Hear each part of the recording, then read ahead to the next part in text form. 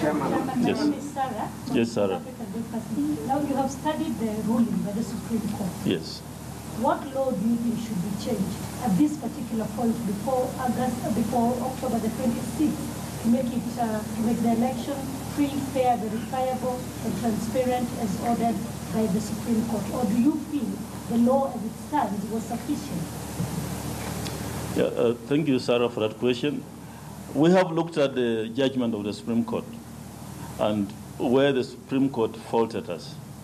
And it was on the issue of results transmission and the issue of the statutory forms, and in the manner in which the forms were transmitted and were availed to the National Returning Officer.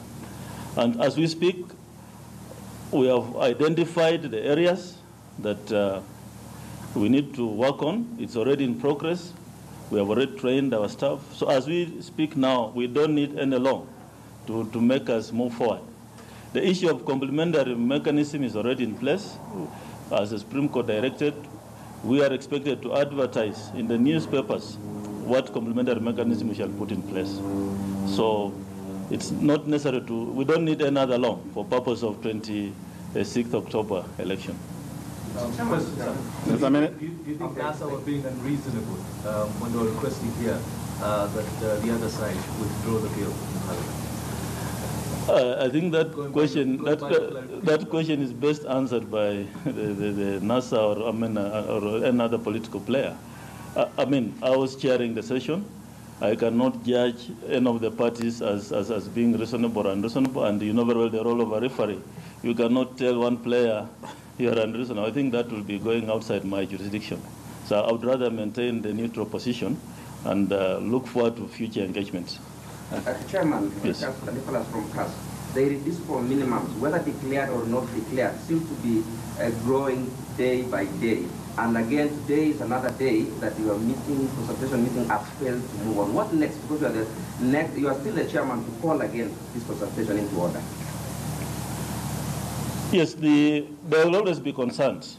And I think being from the media, you know, every day you wake up, there's always something. That's why you keep on working. But what I do know is, if you look at some of those concerns on the list of the agenda, there are issues which we can solve. How many agents? How do we manage observers? How do we manage agents accessing our servers and other areas? There are issues which we can agree. So they are not difficult issues. Going in the future, I still want to say that I encourage the parties to please come forward to engage. Instead of using another method, the Commission is there to make it possible for this election to happen. Chairman, yes. If I had you right to say you feel able to proceed with this next month's presidential election without any changes to the law, and at the heart of the proposal to change the law, especially by the secure what they claim are challenges or ambiguities in terms of transmission of results, would you share that opinion with the two sides during this meeting? And how does it fall in place when you say you will still have an election on 26th, yet one of the players in that election says there will be no election? Okay, the issue of the law, and I want to say this again, the problems which we were faulted on by the Supreme Court was not for lack of law. And remember when, after the Supreme Court judgment, I gave a press release, I said, we need to do some internal changes, a bit of structuring of where we went wrong. The forms did not arrive on time, the 34As. The Supreme Court says no results should be announced unless all 34As are here, and they have to be transmitted. So those issues have nothing to do with the law. It's more of the structural framework which the Commission has since now looked at and say, yes, it's doable. Now, when it comes to threats of not participating in elections, I think that's not for me to say. We have already gazetted a date, 26th October, with 2 candidates. I've not received any letter or communication from any of the candidates saying they're not participating in elections.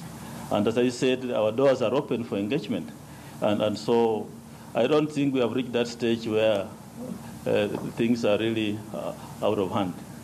So we are still available as a commission to engage. You are, Chairman, Lovely.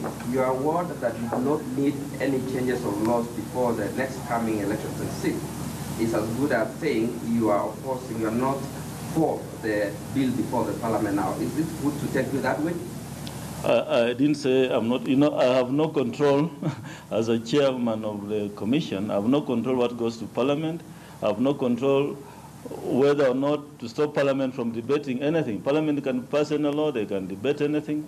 I didn't say that I am opposed to the bill. Your opinion, Chairman, my point is your opinion. If you are to be asked whether this bill should be passed to make changes in the laws or not, that's what I'm referring to. What I'm saying is that we don't need any more laws to give Kenyans an election on 26th of October.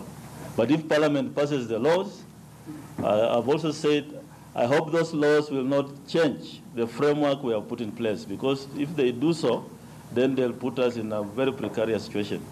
Because we have already set training manuals, we have already commenced procurement processes, and it will just take us backwards if the amendments affect the processes in place. Remember that elections must be held within 60 days. It's a constitutional requirement. We cannot extend the 60 days. And so we hope that that process will not be interfered with. My name is Mohamed Mwangi from ATS. I hope that's the last question. Yes. Yeah, Besides the contentious bill, you had other issues in the agenda. Was there any of those issues that you were able to resolve? And perhaps what was the position? In the meetings, actually, the only issue we resolved was agreeing on the agenda.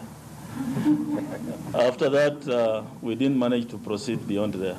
But I just hope that the next meeting we have, I hope everybody comes with a sober mind to have this country, take in consideration that Kenyans are looking at us. Kenya is bigger than all of us. And so we hope to engage. And this